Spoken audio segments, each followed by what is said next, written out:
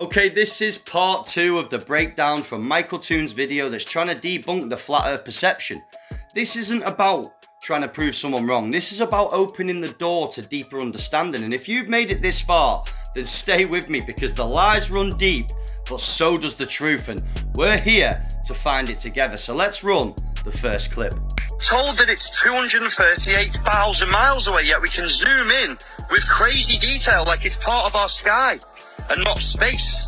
Being able to zoom in on a very large mountain far, far away does not mean that it's close. And also, we've measured the distance to the moon with many different methods. And one way that you can do yourself, you don't need to trust anybody, you can just bounce radio waves off of it and time how long it takes. And then you too can figure out exactly how far away the moon is. So here he goes with the good old just bounce the radio waves off the moon and measure the time argument. It honestly sounds impressive, it really does, until you realise that it's based on layers of assumptions that nobody ever, that is even watching this video, has ever independently verified. You see, when someone like mactoon says that you can do the experiment yourself, what he really means is that you need to trust the numbers given to you by a system that you already don't trust. Because unless you've got military grade antennas and atomic clocks and a clean ionosphere, you're not bouncing anything off the moon, you're just replacing data that you've already been told is true. See, the distance of the moon has constantly changed for decades depending on who you ask. Apparently it's 238,855 miles away, or sometimes more, or even sometimes less. NASA even admits that the moon is drifting away at 3.8 centimeters per year.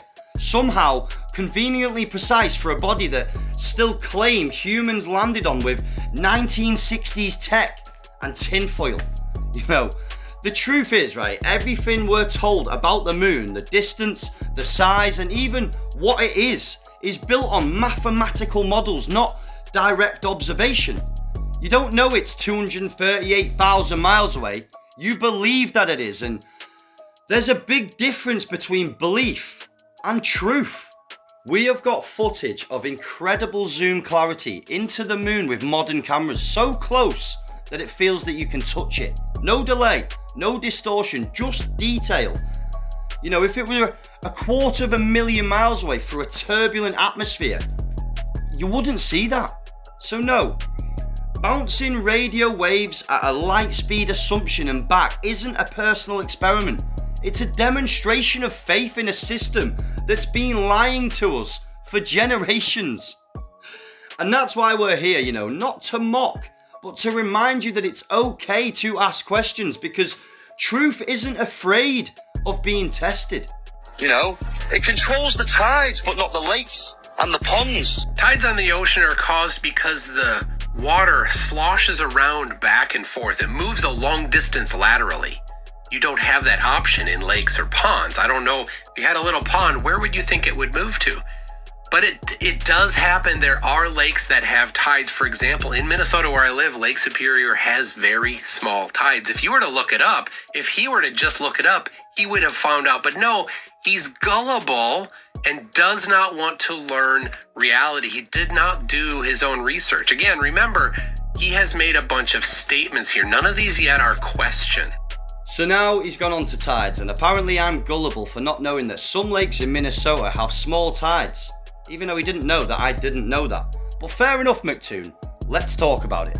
You started by saying that tides are caused by the moon's gravity pulling oceans back and forth, like water sloshing around. That alone deserves a moment of pause. Because you're telling me the moon at 238,000 miles away with no physical tether is strong enough to pull trillions of oceans with water with perfect precision, but not powerful enough to lift a puddle in a driveway or a bathtub or even a cup of tea. You see, so what you're saying is that lakes don't have tides because they're too small and have nowhere for the water to move laterally. So is it about the size of the water body or the gravitational pull of the moon? Because if it's about the size, then why do some enclosed bays, harbours or even canals have measurable tidal motion and others don't? You know, why do some lakes have no tide at all, even if they're massive lakes, whilst tiny ones do? You know, certain tiny lakes have tides and some massive ones don't. The truth is, it's inconsistent and it always has been. And this part is important, so listen in, mactoon. You call me gullible for not memorizing some obscure Minnesota tide data, but you blindly believe a theory that was invented by Newton and patched by Laplace. Like, it still doesn't work without computer modelling or fudge factors to explain anomalies. And what I've said is that we should question the theory and not blindly accept it. That is not gullibility. That, in my opinion, is intellectual courage. You see, gullibility is watching the moon and the tides and thinking, yeah, that checks out, without ever wondering why the moon, which has zero effect on your body, trees, and your clouds, is apparently controlling oceans like a celestial puppet master, you know. And yeah, mactoon, I did make a statement because after years of observation, reflection, and asking questions, I've earned the right to. But here's the difference between me and you. I know that I don't have all the answers, which is why I question everything. You, on the other hand, seem to think that science has all the answers, which is why you've stopped asking questions altogether. And that, my friend, is the real danger. I want to comment. You don't believe in dinosaurs because you believe in the resurrection of Jesus.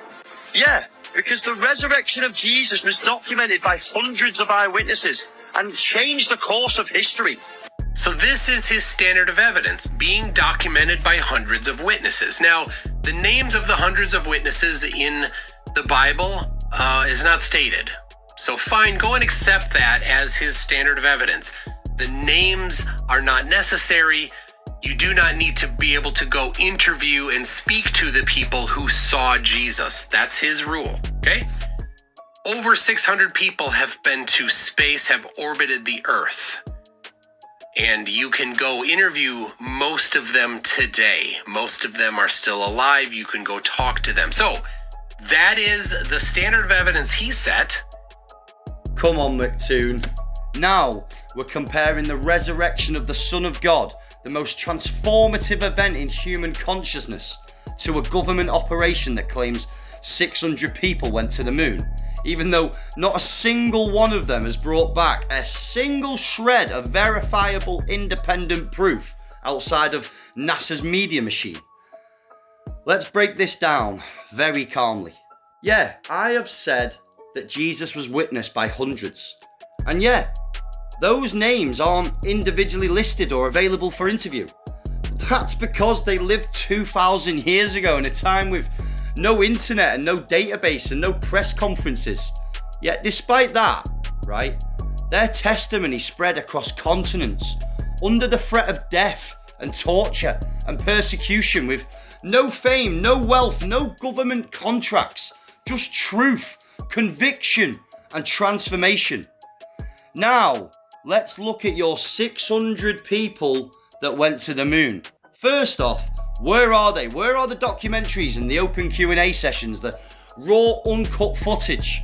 Where's the independent verification from any country not involved in this carefully choreographed government global narrative?